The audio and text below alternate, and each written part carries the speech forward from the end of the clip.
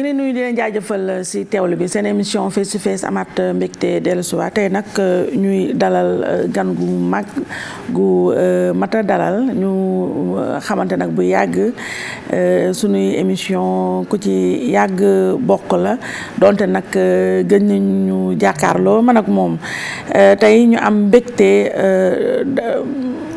dalal sëñ Modou Bousso Dieng di chef religieux di tamit yëngatu ci wàllu politique dañ dellusiwaat nag ci yëngatum ci wàllu politique pour xam ban anam daal la ci nekkee mais surtout mooy coordonnateur CIFAR di confédération internationale des familles religieuses sëñ bi ñu gërëm la sant la ci ni nga nangoo sunu invitation namoon nañu la nag ndax yow bokk nga ci actionnaire face to face ba ñoom seen bopp sax xale yi ñoo ma ne vraiment il faut sëñ namm nañ ko ñu def ay jéego prier la nga nangul ñu invitation bi ñu bàyyi la nga nuyoo ak sénégalais ak soppe yi lay teewlu.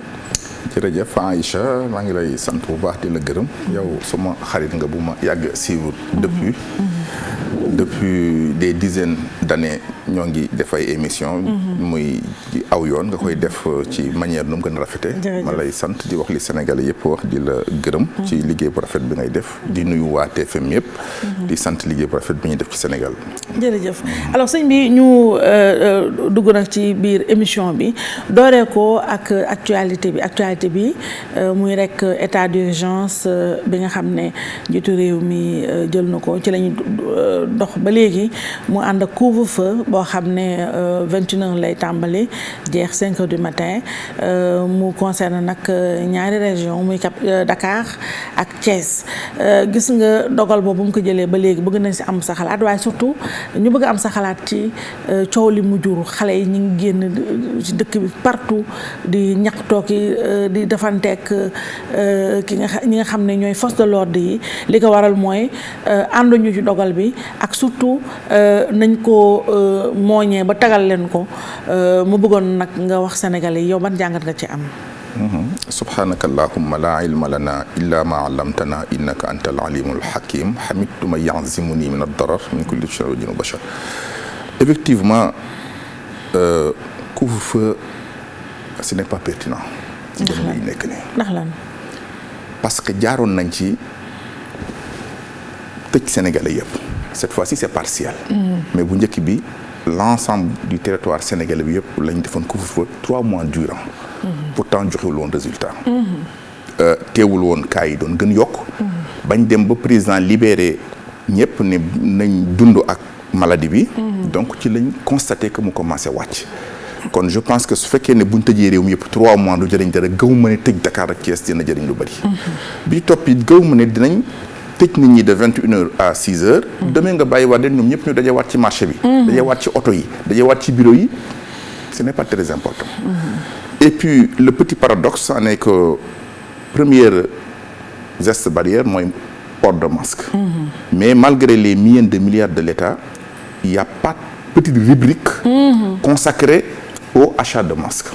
Pourtant gis nañ Alassane Ouattara achète plus de 24 millions de masques annuels pour distribuer ko le peuple ivoirien pour que léegi port de masque soit obligatoire. Malheureusement Sénégal ce n'est pas le cas. et ça bu ñuy wax dañuy wax port de masque mënul ñàkk nañ ko def.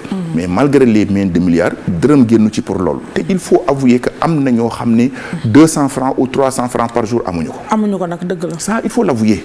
donc kon ñoom seen stratégie de lutte contre la Covid m'a fait problème bi toppat ils ont un problème de communication. Gouverner c'est prévoir mais gouverner aussi c'est communiquer parce que su déggoo amee rek réeroo amul ñàkk waxtaan moo am. mais lii problème bi mooy une communication qui tourne autour de moins de 5 personnes. Diouf Sarr son cabinet directeur de la prévention ak xawma soxna si jàmbaar la docteur Ngom. donc ça pose problème. dañ ko waroon def une affaire nationale boo xam ne. ku ne gis sa bopp. ñëpp bokk ci. parce que am na ñoo xam ne exemple bu dee état du Sénégal dégluwuñu ko. mais bu ñu déggee président Youssou di wax dañ ko déglu. am ñoo xam ne bu ñu déggee sëriñ bi moom la ñuy déglu. am ñoo xam ne leader bi la ñuy déglu. ça veut dire que toutes les couches leader d'opinion yëpp lañ ci war a impliqué. parce que ce n'est pas une question simplement scientifique mais c'est une question qui engage tout le monde. qui concerne tout le monde. te su communication bi jàllul. prévention bi du am. parce que l'État ne peut pas mettre un agent derrière tout le monde. il faut nit ñi buñ respecter mesures yi ci kër yi ci mbedd yi mais respecté wuñ ko ci kër yi mais ça ne sert absolument à rien. donc kon yaakaar naa ne fexe woon ba kenn ku nekk sa agent bopp chef de famille bu nekk représenter l'État dans la famille chef communauté bu nekk représente l'État dans cette communauté bu ñu ko defoon ba tey mbas mi jeex na. mais nag il faut avouer que la manière dont le ministre de la Santé a géré cette pandémie est catastrophique. Parce qu'il a d'abord perdu la communication. Le fait que les gens ne croient pas que la maladie existe, c'est un problème.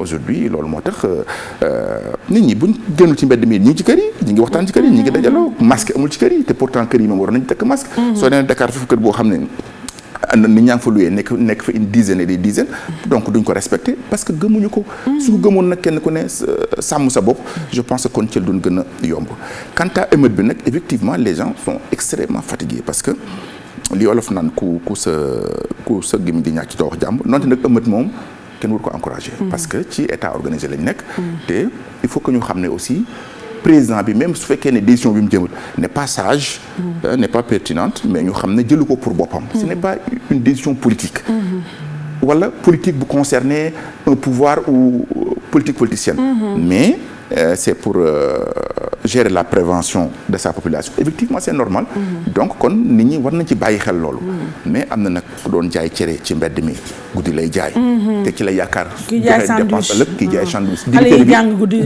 soir dibiteri bi donc tout le monde te bee yoon génnewoon nañ 1000 milliards mais bi yoon génnewuñ dara xam nga ñooñu buñ ne leen moo tax xale yi manifester dem am na ñoon wax ci parenté yi naan waaw leen góor parce que voilà donc je pense que le président devait être beaucoup plus intelligent moi j'ai toujours attiré son attention par rapport à cela je l'ai toujours dit que attention parce que couvre-feu bii passé amoon nay conséquences te pourtant amul avantage kon vous mettez l'avantage et la conséquence et les conséquences vous voyez que les conséquences sont beaucoup plus importantes que les avantages 12 mois mais comme moom xëy na xam na lu ma xamul wala en tout cas il a reçu les scientifiques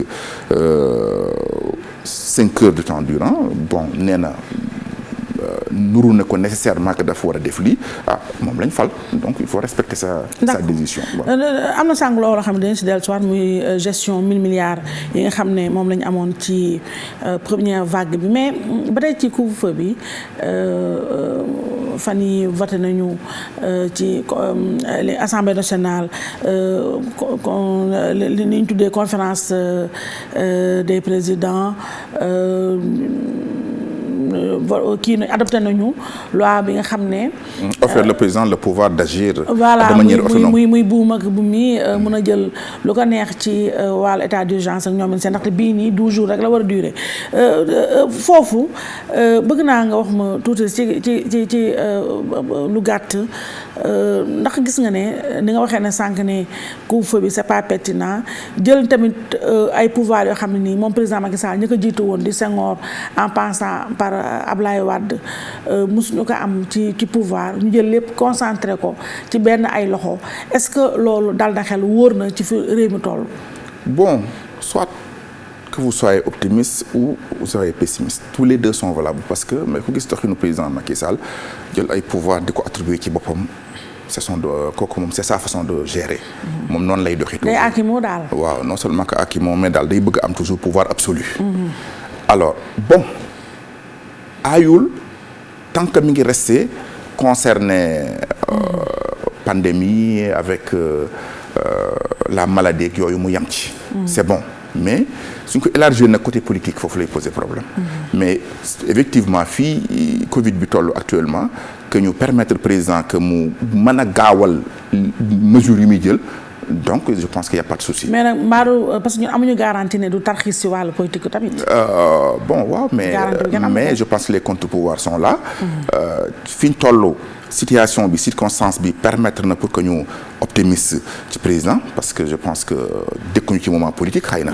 donc mën nañ daal am ci moom yaakaar kon it ñi amul ci moom yaakaar aussi am nañ raison mais attendons de voir la suite. ce que l'avenir montre. d'accord sànq yaa ngi junj fonds 1000 milliards yi nga xam ne moom la ñu décaissé woon ci première vague bi jël ko tasal ko am ñu ci jàppaleeg yi ni mel jël tamit benn lim bu am solo dénk ko Mansour Faye mi nga mu doon séddaleeg ñoomin seen ñu créé ci wet ga force Covid dénk ko général François Faye pour mu saytu surveiller contrôler xaalis boobu fa muy dugg ak ñoomin seen gis nañ ci ginnaaw ga péripéties yi mënuñoo fexe ba convoqué Mansour Faye mu wuyu leen boobu ba léegi tamit kenn xamul xaalis boobu fan la dugg fu mu duggal ak ñoomin seen ba loolu première vague bi ñu ñëw ci accès ci deuxième vague bi Sénégal yi tamit est-ce que foogoo ne soxla nañu tamit am lu leer ci weccet boobu fan la ne. c'est vrai que Mansour Faye en personne est un problème pour le président. ndax lan. je ne suis awma dara nag contre Mansour Faye d'ailleurs xaw ma ko mësuñu am problème mësuñu wax téléphone mësuma ko amuñu dara lu ma koy contre ci moom mais son comportement et sa façon de parler. Récemment yaa ngi dégg affaire mën naa ko évoquer sax affaire tuddewaat président benn mbedd ci Saint-Louis mais c'est ça qui pose problème parce que le président Sall je pense qu'en tant que président de la République 2 fois élu même avant d'être président il a passé dans les différentes stations yu ko permettre tey ñu tuddee ko dara ci Sénégal parce que il fut le président de l'Assemblée nationale premier ministre tout ça il est parmi les personnalités les plus retenues par l'histoire du Sénégal l'histoire en cours donc yaayoon na ko mais ni muy waxee xam nga waxin bi boo jegee président ci mbokk te loolu histoire montré ko de manière difficile vu Karim Wade ak passé yi mu am donc je pense que Mansour Faye devait avoir un autre comportement bon ma tëj sa chapitre boobu ñëw ci 1000 milliards yi ça pose problème parce que nun waa Touba di gisuñu dara 1000 milliards yi Touba bi nga xam ne bokk na ci bërëb yi ëppoon Covid gisuñu tous. ah bon gisuñu dara. waaw loolu mu nekk sëñ bi. je sais pas c'est à Mansour Faye à expliquer buñ ci yokkee nag général bi convoqué ko mu ne du wuy ji ba ci sàgg mu ne OFNAC amul compétence pour convoquer ma c'est parce que ça ne sert pas grande chose pour le président. Le président war na éviter Mansour Faye. Il doit avoir le courage, le président lui-même, de lui dire vraiment de l'orienter.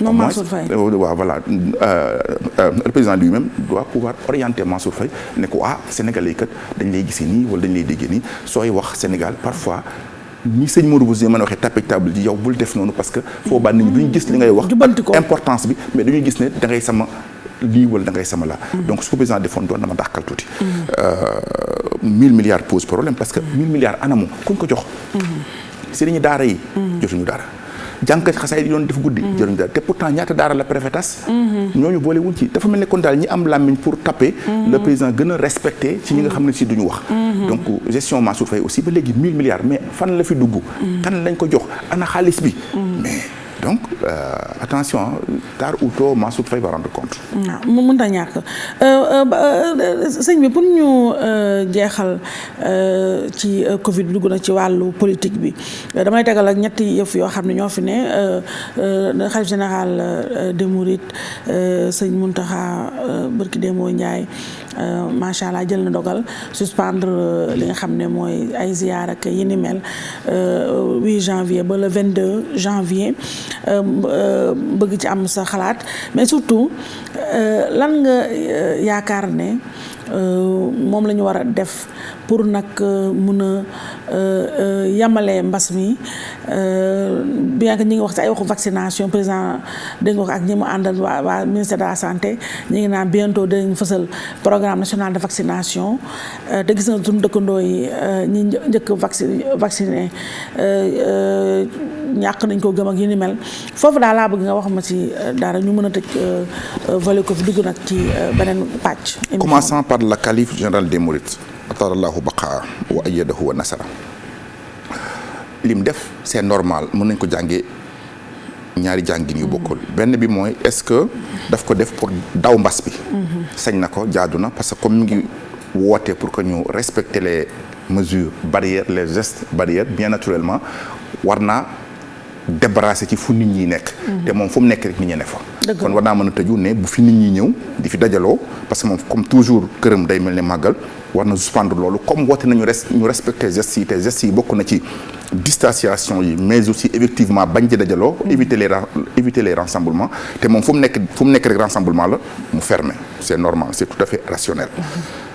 bi ci desaat mooy il a l'habitude de se retirer jël temps boo xam ne yàlla la koy consacrer kooku habitude la doon na ko def très longtemps avant mbas mi avant même qu'il soit calife donc bien naturellement kon bu ko defee tey it mun nañ ko jàngat noonu def na Adam loolu Adam la doon na ko def lu bëri avant mbas mi kon mun nañ ci gis mbas mi day valable mun nañ ci gis habitude bi mu doon def aussi day valable tous les deux sont bons. D'accord léegi ban solution ngay préconiser pour mbas mi? La communication d'abord. C'est la communication mooy yàq lépp mooy defar lépp tant que le gouvernement n'a pas réussi pour nit bu nekk mu def la ngay kilifa sa bopp chef de famille bu nekk kilifa ci famille chef de communauté bu nekk noonu loo mën a yilif en tout cas nit yoo mën a yilif rek nga def représenter état représenter scientifique yi ci ñooñu xamal ne du ko gagner. C'est un combat perdu en avance. J'ai écouté avant-hier le président waxinam ci vaccination bi dëgër na tuuti. président wax naan woy ñiy wax di yàq nañ noppi président mooy premier diplomate waxin dafa am solo. surtout boo dee kilifa am ñu la bëgg am ñu la bañ dañ lay gaaw a gisee neneen. te le président Macky Sall son discours est plus souvent solide. am na yar am na teggin mais discours am dëgër na ci kilifa. donc tant que mënul fexe ba nit ñi parce que du forcer nit ñi par la force nit ñi gëm ne vaccin bi am na njariñ. mais c'est une guerre de la communication. am na ñu ci àndul am na ñu ci ànd. donc na fexe ba sa communication prendre dessus aux autres. mais su bëggee imposer. émeute rek lay gis. D'accord alors ñu ñëw nag ci dernier volet émission bi muy wàllu politique sëñ bi mën na bëgg a xam tuuti bala ñoo avancer ndax wax naa ne marabout nga guide religieux nga waaye tamit yaa ngi yëngatu ci politique te man dama la mosul déggal parti politique ak yi ni mel pour ñu mën a avancer parti politique moom la moo ko teree am sëñ bi. Je l'ai depuis 2013. nu parti bi tudd. Union des groupes patriotiques. mais quand même siiwul nag. siiw man maa gën a siiw parti bi. yaa ngi ne waaw loolu est-ce que loolu jaadu na. non jaadu na parce que avant parti bi dañ ma xam ba pare. dañ ma xamoon ci leneen parce que man politique ce n'est pas ma première mission. man je suis un religieux. En défendant les intérêts liés à la religion que je suis devenu aujourd'hui un politique. Donc diine boobu ba léegi moom laay défendre parce que je pense que mooy rôle un chef religieux. Alors ci loolu laa dem nag ba am parti mais parti fekk nañu xam sëñ Modou Bousso Dieng te sëñ Modou Bousso Dieng toujours aussi moom la gën a. mais nag sa parti bi doo ko dégg ci ay élections. doo ko dégg ci ay comme ñun ñu xam parti traditionnel yi. ay bureau politique ak yooyu ñu ni mel ñun daa yow la ñuy gis yow ci dafa mel parti bi yow dafa yaa ci nekk nag. parti bi am na ay militants am nga base sa base fan la nekk. sama base yi fépp ci Sénégal partout dans ce pays mais surtout plus particulièrement dans les fiefs mourides mais aussi dans les fiefs religieux de manière générale. tey boo demee Tivaouane fépp partout. Ndiassane non maa ngi fépp quoi ça je pense que defe naa weesu naa loolu normalement. D'accord léegi. lépp ci des mooy dañ la découvrir ci nguuru président Wade dañ découvrir ci nguuru président Wade nga critique di ko dal bu baax. après sax ci ginnaaw nga fin bi ngeen lëkkaloo nga jàppale bu baax doom ji Karim Wade. actuellement ci président Macky Sall léegi tamit nga yëkkati say xeer dóor ko mais dafa mel ne fan yi neexoo ngeen daal neexoo ngeen léegi nag loolu la mu bëgg a xam est-ce que parce que sëñ bi yow ko la xamoon ci temps Wade bu liggéey ci temps Macky Sall dañuy xam ne changement am na ndax fee moom da nga critiquoon dur et tout ça mais fii da ngay ten defal léegi nag laaj bi mooy mouvance nga bokk mouvance présidentielle nga bokk wala opposition collabo. Non, je suis aux côtés du peuple. ñoom ñëpp kenn ku ci nekk da nga am ay intérêt particulier. mais sëñ bi nag Macky Sall nga gën a jege nag. non jegewu ma ko ndax au début da nga naan dóor yu metti. dëgg la waaw dóor nga ko dóor yu metti au début. c'est que xaw ma da laa woo am fu mu jaar ak yow. c'est que Macky Sall aussi. c'est un grand diplomate parfois. ah dafa mën a gérer quoi. bari na lu muy jël décision dóor ci kaw. waaw fekk rek la na ko ci suuf. ah ok loolu jikkoo ma donc. mbaa foofu ngeen jaaree ñaar. déedéet bon j'avoue que c'est un ami entre guillemets. ndax la entre guillemets. mais entre guillemets mooy bariwul xarit bu yor discours bi ma amee. quelqu'un qui est avec le président Macky Sall. ne critique plus souvent pas Mansour Faye. ne fait pas Mansour Faye un cas de la République, un cas à régler. donc discours boobu bariwul ku ànd ak président aussi du dénoncer sa mauvaise communication. concernant la pandémie. mais loolu ne xeetu dóor rek sëñ bi tamit xeetu kii rek li jënti dóoraal tuuti rek. parce que ay coton la xeetu rëy. ku ànd ak président Macky Sall du contre troisième mandat ci liñ gisagum. D'ailleurs, moi j'ai dénoncé les questions de connivence que certains journalistes posent le président ci guddi Magal guddi 31 décembre. mais question de connivence nan. comme waaw monsieur le président troisième mandat bi est-ce que di nga nekk candidat ou pas. loolu question de connivence. Non, c'est une question de connivence. ndax la. Et monsieur le président. vous nous avez dit ici que yow mënatoo nekk candidat. yow président Macky Sall pare nga ci bu ñu la falaatee 2019 yow président Macky Sall ku ne la ñuy dégg ci troisième mandat ba mu des yow. c'est ça que la constitution a dit ne nga constitution bu bees bi d'ailleurs ceux qui pensent comparer les deux scénarios celle de Wade et de Macky. ce sont des traîtres excuse-moi du terme su fekkee ne diis na parce que naka la président Macky Sall mën a proposer benn constitution pour que mu régler le cas d'Abdoulaye Wade nga xam ne am na 12 personnes tuées mu ne kon lii dinaa ko régler de manière définitive jusqu'à ce que du amati nga xam ne raison bii mooy raison d'être bu bële donc nga bëgg ñëw comparer les deux scénarios. c'est vraiment hypocrite. ceux qui pensent aussi que le conseil constitutionnel qui va trancher. émission bi olof la ne. da nga dégg tubaab nag xam naa da nga xaw a dégg tubaab. tout le monde ma la di. waaw da nga bëgg tubaab daal waaw surtout di nga indi ay moyens yoo ma sànni xel yàgg nga ma ci def kooku moom mais maa ngi la ciy sant di la gërëm. alors donc conseil constitutionnel en question. mais texte bi lay sujet. texte yi mais woote wuñ constitution bi ci texte yi parce que 70% des sénégalais jànguñu tubaab. lii ñu texte bi xam ñu lan mooy constitution bi. président Macky Sall moo taxaw ne leen je suis l'auteur de cette constitution. man bu bii jàllee pare naa ci ñu réglé naa problème mu affaire mandat jeex na fi. ñu gëm li président wax voté loolu. léegi une fois président élu jusqu'à ce que mi ngi dem vers fin des mandats. ñu ne ko non.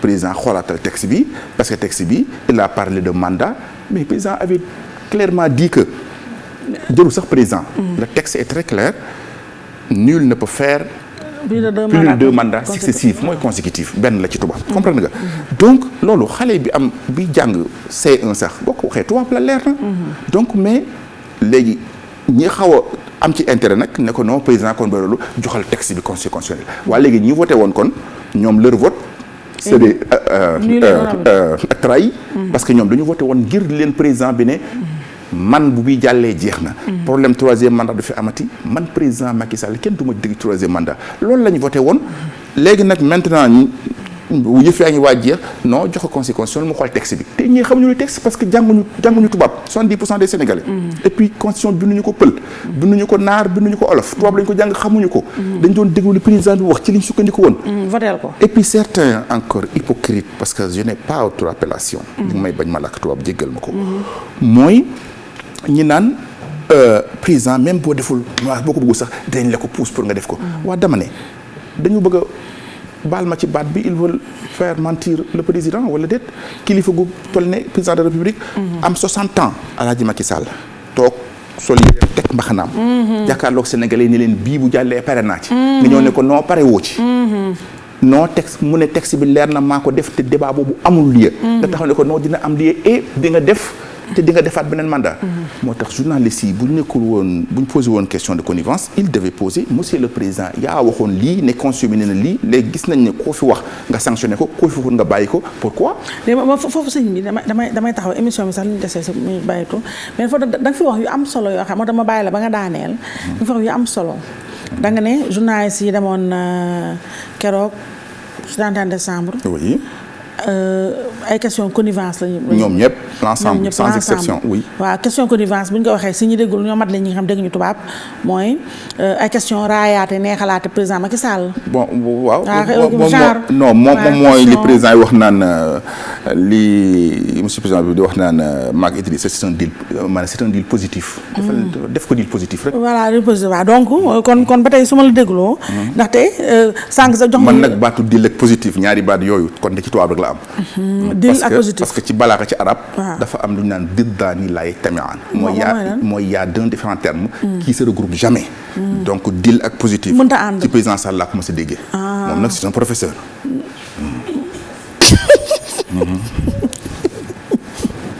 professeur waaye yow doyen de faculté nga. léegi sëñ bi ba pare léegi li gën a neex mooy. moo tax dama lay namm daal yow waroo ko ci émission bi léegi li gën a neex nee nga. ba pare sànq gis naa nga ñëw wax journaliste yi naka la ñu waroon defee naka la ñu waroon poser question. ah mais oui. oui la manière pose problème. waaw manière tous les Sénégalais l'ont constaté pourtant. waaw journaliste yi question yu nooy la nga doon joxe. yooyu waaw. et puis sax man li ma gën a loon. waaw mooy. maa ngi ko doon wax ku jege président bi ne ko président bi mu waxee il a montré sa maîtrise parfaite sur les dossiers. li mu wax ci ndox. man xaw ma woon Sénégal ñaata kii ndox moo fi jógee. fan lay jógee maa ngi manque géej gi maa ngi koy sotti dinaa ci yokku nangam. je vois un professeur qui maîtrise tout à fait l'État. le président Sall. donc doyoon na mais ba cokkaatee 2 heures de temps ñu lay laaj ay mandat ngay kaf naan ceebu mosu leen koy togg. koy togg ay ceebu ton mais je me suis dit mais. man xàmmeetuma sama président bi. ok xàmmeetoo sa président. kilifa wax na li mu war a wax il a abordé tous les dossiers sérieusement infrastructure. et puis ce que je salue dans son discours. président a le courage. moo tax discours bi neex na ma conférence de presse bi moo ma neexul. mais mu ne UNESCO li ñu leen wax sénégalais yi nañ bàyyi. xel ci moom mi président mi doxal. li indi sooy wax intéressé wu ko mais moom li muy def tant que mi ngi fi question boobu du am. te il l'avait dit devant. waaw mooy affaire ñaari tournée sexuelle mën naa wax baat boobu. président avait le courage de dire devant Obama président des États-Unis le président l'avait dit devant le premier ministre canadien. le président l'a répété vraiment je suis rassuré. d'accord loolu tax na man en tant que musulman la demee j'ai pris position ne ko man sama soutien ci yow c'est sans réserve et sans complexe. d'accord sur ce domaine oui. mais quand même su ma dellusiwaat xam nga si affaire troisième mandat bi waxaat nga fa tamit lu am solo ndaxte nee nga expliqué nga ko lu leer ne ñi nga xam ne dañoo hypocrite ñi naan ñuy presque ñuy bëmax président Macky Sall ci troisième mandat. léegi yow sëñ bi laaj bi mooy li nga gisee président Macky Sall ni muy doxalee. taxawaay bi mu am. yaa ngi dégg ñu naan Mansour Faye la bëggoon def dauphin ku ñu ni mel gis nga ko léegi ak ma ko Idrissa Seck. Mansour Faye. ndax lan Mansour Faye dauphin kii wu. non dafa amul bayre boobu nag tamit amul carrière boobu.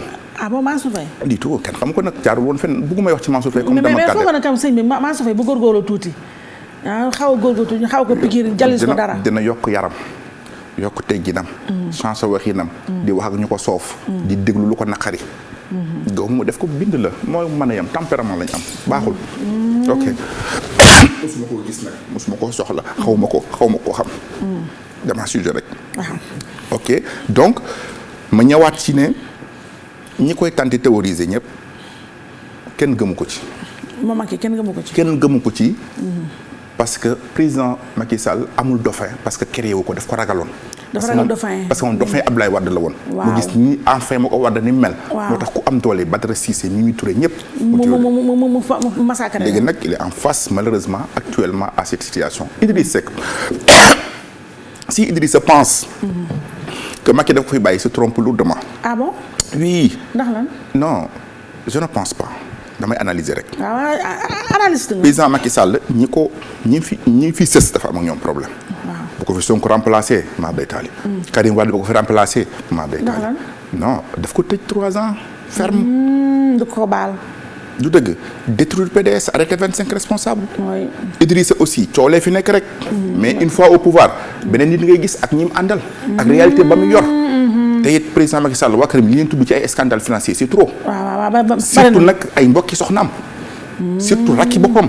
je l'ai entendu dire bëgguma woon discours boobu quand le président a dit que non c'est la waaw première fois ci rakk ji ci Sénégal ngeen dégg fii bokk président bu ñu nangu mu dem ci procureur mais c'est la première fois du monde qu'un frère du président soit accusé de 5 000 milliards mosul am ci àdduna président waroon na am courage wax loolu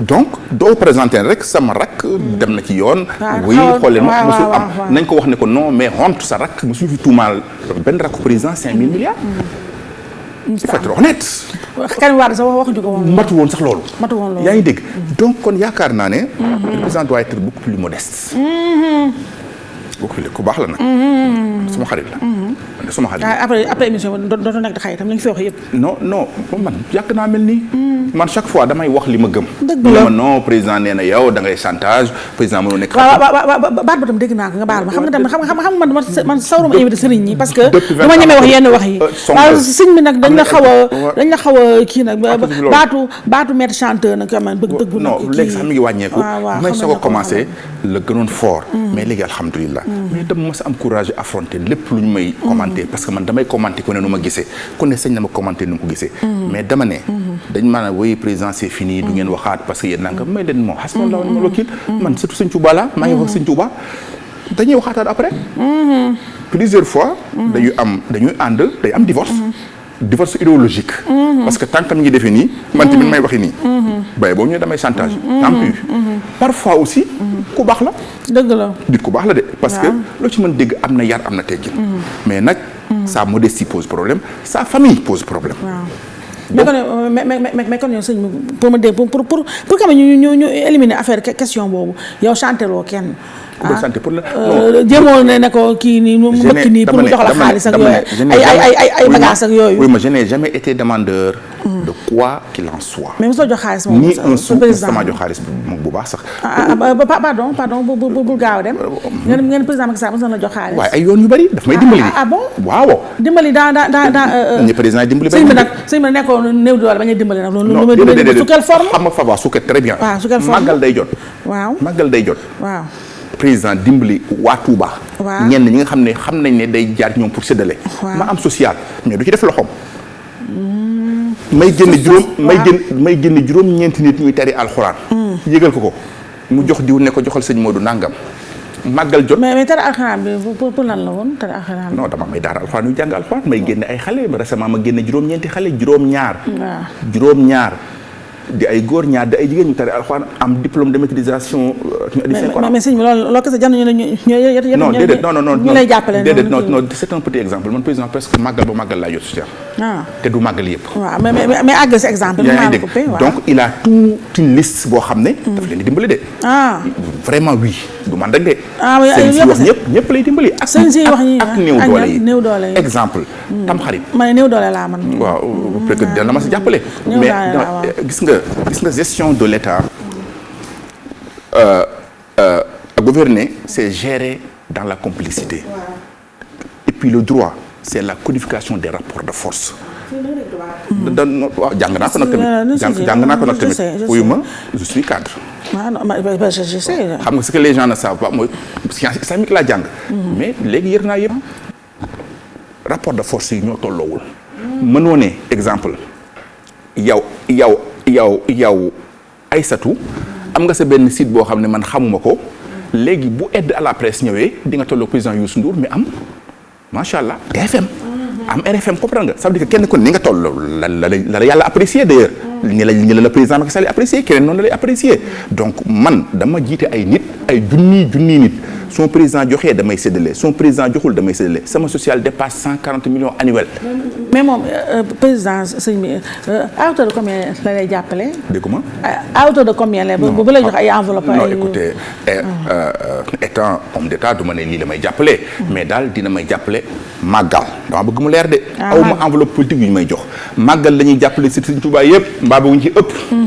liste ba boo ci waaj a tolloo ne ma sëñ Modou Bousso ma ne ko waaw mën a diw président moo ne ma jaar fi bu ma ñëwee ma gis liste bi mu génne bañ bind sëñ Modou Bousso mu jox ma ko ba gisaa ma seen ci bu ñu bind sëñ diw ma ne ah bon ok mais gàmm noonu la koy defee ñu nekkul murid. ah bon mais Abdoulaye Wade da ko doon def Senghor di ko def Diouf di ko def mais voilà un état mais bu ñuy wax fonds politique bu président pour loolu la ñaata nit ñoo feebar président évacué leen. mais waaw dëgg mais quand même sëñ bi. sëñ bi quand même loolu yow terewul li la président di jox yëpp terewul quand même. mësuma changer ci sama position chantinelle virgule. waaw je ne change pas. je ne compte pas changer même étant bu ma defee premier ministre du ma changer su ma defee président su ma defee vice président du ma changer. parce que man sama position sentinelle boobu moo ma dàq être honnête. dëgg la te taxawaay ba yàgg nga kaam mais quand même sànq wax nga ne président Macky Sall ay Khalifa Sall kii Karim Wade mais Sonko gis nga bëgg dem ministre de l'intérieur fii la ñëw jël fi benn dogal 2 heures du matin la kii xaaju guddi presque nit ñaa ngi nelaw mu yeewu ñu yee ko certainement mu def benn communiqué ne ñoom Sonko ah bon naka.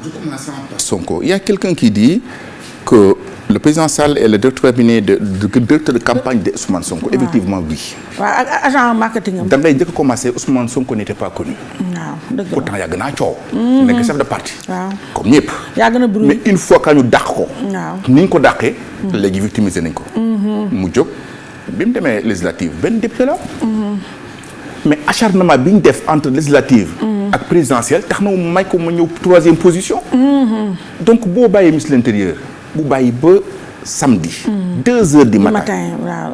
férié waaw. férié. nga génn ne 2 heures du matin def communiqué contre un parti. un parti. mais garçon bi Macky ci suba la ko waroon dakk. n'est-ce pas carrément. la kii Diome waa ji Antoine Diome. ce jeune là xam nga il faut être mature un peu en l'écoutant. mais c'est moom jeune la sax sëñ bi. jeune xaw ma ñaata la sëñ bi xam naa wane ma ne est-ce que magu la. su ma ëppee at sax maa ko gën a mature maa ko mag. moom li acte yi muy posé man su ma fa nekkoon du ma ko def. xeeb naa ko trop. parce que tey lan la ci def. il a desservi le président. oui l'État. ridiculiser un peu l'État. ak état ni mu fooree. lan lañ doon wax ak fulla ak fayda. muy wuy faale wuñ leen. Sonko nee na man damay dem ci leneen lu gën a essentiel. pourtant bu ñu bàyyi woon Sonko rek. Sonko fan yi passé perdroon na devant bi mu nekkoon. parce que discours am neexul. parfois c'est arrogant. et puis du yaakaar bu ñu am ci moom. mais ñi mari Macky Sall ñëpp ñoo rangé à ses côtés. te ñi mari Macky Sall bare nañu. non dëgg pour le moment ñooy majorité. waaw ñi mari Macky Sall ñi nga mari ëpp comprendre nga. mais seetlu lenn. bi Khalifa ñëwee. ëpp maturité Sonko ñi Khalifa ba ñu xamoon ñëpp dañ ne Khalifa ay chef de ñëpp a daw ci Khalifa. parce que nga xam ne du nit ñi Sonko lañ yaakaar. mais président Macky Sall lañ amal problème. donc boo ñëwaatee promouvoir encore Sonko. mayaat beneen buzz yow koy la man jënd 125 millions est-ce que dëgg la. est-ce que dëgg la c'est à vérifier. am naa 125 millions kan ak kan ñoo ko jox. mais na am 1 milliard. y a pas de souci. ngay évoquer ay lois yoo xam ne président Macky Sall yu mu newoon na jaaroon na ci. il a desservi ce ministre tey bi ñu ko tey lan la def il a écrit un truc petite note envoyé ko Omar Gueye bi yoroon organisation parce que peut-être que il ne voulait pas qu'on revienne. juste ci question boobu. c'est une erreur. kon moom dañ ko doon kii de. en tout cas il mérite d'être averti. waaw au moins. mais tamit est-ce que tamit nekkul président Macky Sall moo ko jox dogal bi est-ce que def na ko. su ko président defee jàkkaaruma ko parce que président ku écoutez man parfois nit def dara Sidiki Kaba mos na fi raafal handicapé yi. waaw dinañ ma baal ci baat bi ma leen wooyee. ku ne handicapé nga parce que ku ne am na loo mënul. dëgg ku ne am nga daagu waale. voilà dama ne leen. erreur la lii de. su ko président yeggee erreur la. mais gis nga conseil ministre bi topp. président dafa mer ci kaw. ne ko d'accord ci. mais lii aussi je connais le président Macky Sall beaucoup plus intelligent que cela. président Macky Sall ku dal la gis nga ku dal la. gis nga boo ko gisoon ngeen toog nga ne noo xam naa kii bi ku may sànni ku dal la. et puis ku mën a analyser la et puis ku tey la. dëgg la donc. mais temps bi il reste moins de 10 minutes. mais sëñ Modou Bousso Dieng ma fàttali ne yaa sunu gan tey yéen ak moom ay question rafal il nous reste moins de 5 minutes Idriss Seck ak Macky Sall yow ni ma déggee sànq da nga jàpp ne yëf yi. naxamaay la mujjee nar a mujjee. El Hadj Macky Sall se trompe de casting. Ah bon? En pensant que. Oui. Il a 58%. Oui. Plus Idriss Seck 20, je ne sais pas ça combien. Ça fera 85%. Ah. Voilà. C'est aussi automatique que ça. C'est trop facile. Ah. Or, le vote. Waaw. Que Idriss Seck a bénéficié plus de 160 coalition 000 voix de Touba. De Touba rek laa jël. de Touba waxuma sax léegi. ah yow wax nga dëgg mbedd ma dëgg ñaa nga doon àndal. waaw ku baax waaw ku baax. voilà donc xamul ne 169 000 voix Idriss Seck yooyu mu am Touba. waaw mais c'était un vote dégagé contre Macky Sall. Macky Sall n'a jamais gagné Touba depuis mu ñëw ba léegi. référendum législative présidentielle même législative 2012. oui kon Idriss Seck était le candidat le plus placé contre le président. gars yi na Touba dem ànd ak moom. ok donc kon ku dikk président ne ko su ma ñëwee indaale loolu. mais da nga koy nax. yaakaar naa jëloon ma dikkee. exemple waaw je sais pas. mais ma dikkee moo gënoon placé parce que li muy njëkk a redressé. mooy ba léegi président falul ko dëkk Touba ma dikkee est un citoyen de Touba. ba léegi président jëlul kuy jouer tampon. entre Touba ak président te ça c'est extrêmement utile. certains pensent Aly Ngouille Ndiaye non. oui ma dikkee. Aly Ngouille Ndiaye amul kii boobu. non carrière boobu sur le plan politique. local ci Touba non. mais ma dikkee. non seulement que choix sëriñ bi la. mais aussi choix peuple bi la. kon Madické nga moom nga gënoon gis ci conseil économique. su ma doon xelal président oui parce que dina calmer une bonne partie dina régler une bonne partie dina def approchement de telle sorte que lim yaakaaroon ci Idrissa. ci Madické la mën na. mais xëy na tamit dafa def Idrissa Seck dauphin pour bu dee forcé wul troisième mandat bi forcé na ko jàllul mën xaar mu bëmax ko. bon troisième mandat boobu. les gens comme man exemple. parce que man nee na leen. Macky Sall na gaaw président Macky Sall na gaaw jeexal teg fu gën a flexible. parce que man je suis un religieux. alors c'est-à-dire koo xam ne ku ëpp njariñ pour sëriñ si. comme loolu tax ma jàppale loolu 2012 man nëbbuuma làkkuwuma de man je suis un chef religieux. pour ñu teg la fi. non pas man. man ku mel ne yow gën a déggal religieux yi ku ëpp religieux yi ëpp ci moom intérêt. oui dégg naa la c'est clair donc ñun ñëpp dañu bëgg waaw léegi 2024 jeex na président na dem ba dëkk bi tàkk. non laissons la souveraineté au peuple. mu tànn. peuple sénégalais bi ñoo moom seen mandature. président say constitution mën na ko bloquer effectivement. mënatoo nekkaat candidat parce que mënoo am 2 candidats consécutifs. mais ñu agsi à partir de 2023 le peuple réclame cela de leur majorité. des différentes couches. su boobaa la souveraineté du peuple prend le dessus ci constitution ak même la volonté du président. d'accord su boobaa day légitime te dañ naan wéy am na ci droit. mais ñi ko bëgg a jàppale ci loolu. defe naa liggéeyoon ci loolu. loolu nekk le choix du peuple ça veut dire que la volonté du peuple en ce moment personne n'y peut absolument rien. d'accord léegi sëñ bi parce que le peuple est le seul souverain.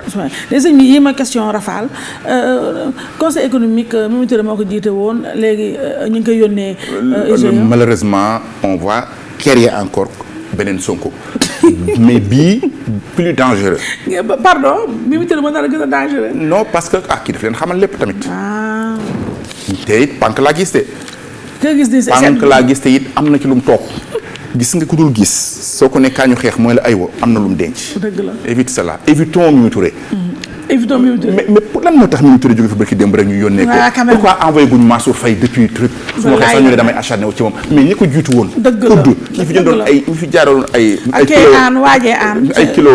ay kilo ñebbe 10 000 francs mais ñooñu ana ñu. ana inspection générale d'État. et puis président même ci biir discours fin d'année bi ba tey juumati na. nee na way parce que nañ xam ne bari na ñoo xam ne inspection bi indexé na leen te ba léegi ñu ngi dem di fay ndànk-ndànk di fay di ndànk-ndànk di joxe. mais loolu dama garaaw na. non mais pourquoi accordé wu loolu Khalifa Sall. waaw ak Karim Wade sax. ak Karim Wade. Khalifa Sall kay bu ñu ko defaloon mu mën nekk candidat. ñi président protégé ñooñu. te ma waxoon de protéger kenn. pourquoi Khalifa mérité wu loolu pourquoi le procureur était beaucoup plus ferme beaucoup plus rigoureux beaucoup plus pressé. ci ñooñu ci affaire Khalifa Sall. mais ñooñu moom may nañ leen daal chambre financière bi ñuy dugal ndànk-ndànk. xam nga c'est ça qui heurte les Sénégalais. mais Khalifa Sall noo gisee taxawaayam mu ngi wax tamit ay wax amnistie Karim Wade Khalifa Sall. non le président ne le fera pas demain comme ni ma ko waxee noonu. Karim Wade. le président dina ci téye. gis nga bi ñu naan ay Wade président Macky Sall day tuddee Abdoulaye Wade gis nga pour osier boobu. Wade moo leen dàkk politique Wade doywul loolu dara xam nga Wade lu mu bëgg. ku bàyyi doom ji ñëwaat. gisoo la nuit du 31 décembre Karim Wade a fusillé le président. parce que mooy wane ne kon ay affaires émissions yooyu ce n'est pas ça le débat. te it président Macky Sall. bàyyi fi Karim Wade dina jafe bàyyi fi Sonko dina jafe. bàyyi fi Khalifa parce que ñëpp daf leen tëj. moo tax il faut faire 1012 léegi nag mu des risque. face au troisième mandat prend wala nga jox Idrissa fii bu ko joxee Idrissa. ndax lan boo joxee Idrissa. Allahu akbar damay jàng ci kii arab yi ñu ne jur gi. du xaj du gaynde moo leen di fàdd du bukki. mais ki leen di gàdd leen jox añ ak reer kooku moo leen di mujj rendi. adage arabe la bu ma jàng. Idrissa wóolu woo ko. pas tellement su ma ko doon wóolu Touba jàppale woon ki 169 000 voix ndeke mi ngi wax ak Macky Sall. Pourquoi qu'il gagne notre confiance là-dessus. loolu c'est une très bonne leçon pour le président. ñi ko wotaloon ñëpp c'était contre le président. su mënee ñëwaat nekk mburoog soow. xaw ma cere ak soow. kooku il est digne de confiance. ñu ñëw ci beneen bu gën a simple mooy projet suppression des villes. waaw projet suppression 5 minutes moo ma dese merci sama nijaay maa aussi c'est projet suppression des villes juróomi villes yi foofu ñu mel nañ ci gis ne stratégie politique la pour ndax comme mën ta gagner Dakar mu ne xaaral ma nërmeel yëf yi. vite fait c'est une dictature effectivement c'est ça. C'est une dictature. yow 26% de la population sénégalaise habite Dakar. dans la région de Dakar. 40% de l'électorat sénégalais nekk Dakar. yow nga ne cundum ñëw ne leen yéen kon seen vote bii léegi dama koy annuler du fi amati. c'est une dictature. te effectivement nee na suñ doon def kii même buñ ko changé it ka doon gagné Dakar di gagné Dakar. non ce n'est pas ça monsieur le président. xam nga lan la. Dakar mairie bi day am ay plus de 70 milliards par année. voilà le problème. soo ko supprimer du amati loolu. te xëy na bu dee Parcelles yaa Moussa Sy bu dee Plateau yaa xaw ma na Ndoye. ils sont tous des amis du président dans en coalition naturellement. mais pourquoi pas donc 70 milliards yi dem ci maire bi nag. qui sera forcément Khalifa Sall. maître et puis le président bi muy wàññi yoon yi ko Khalifa gagné nee na kañ la commencé par 2014. dafa fàtte HCCT bi bu ñu koy wootee c'est Khalifa qui emporte Dakar. le président l'a oublié encore. moo tax bëggoon naa discours président ñu koy xoolaat.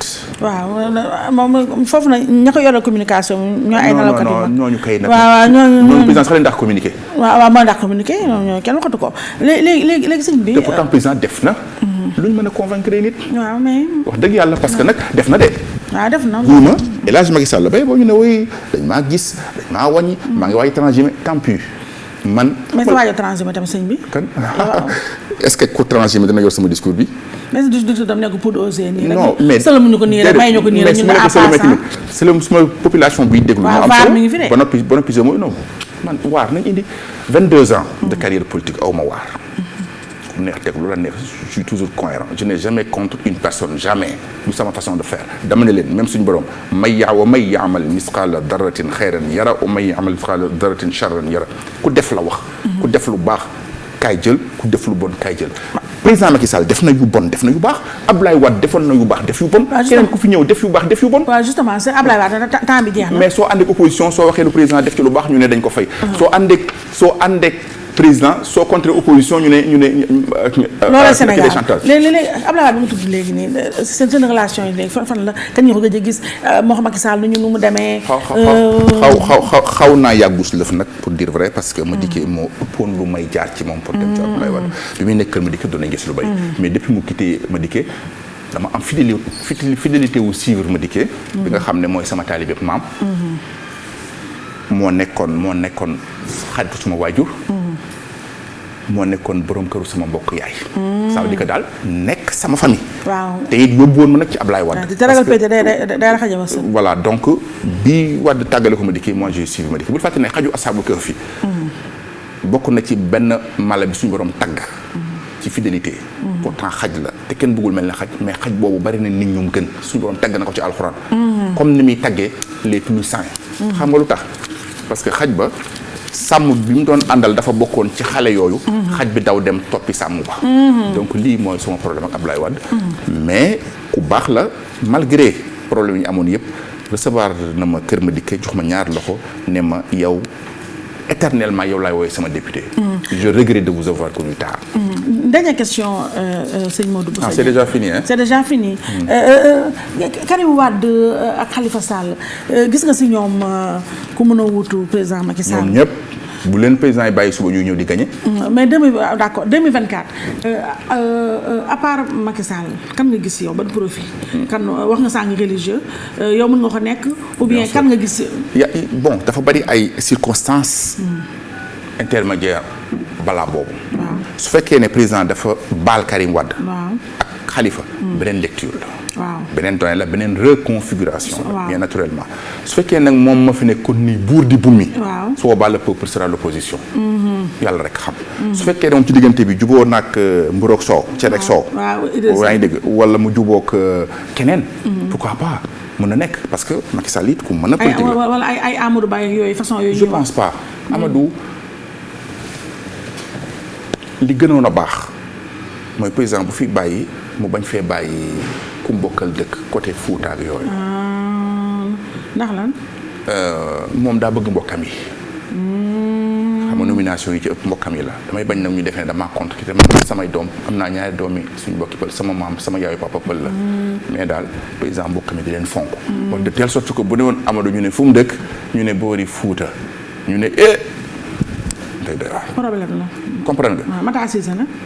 Matar kat sama xarit la moom de damaa defe ne politique ndax mosuma dégg mu ko ci wax.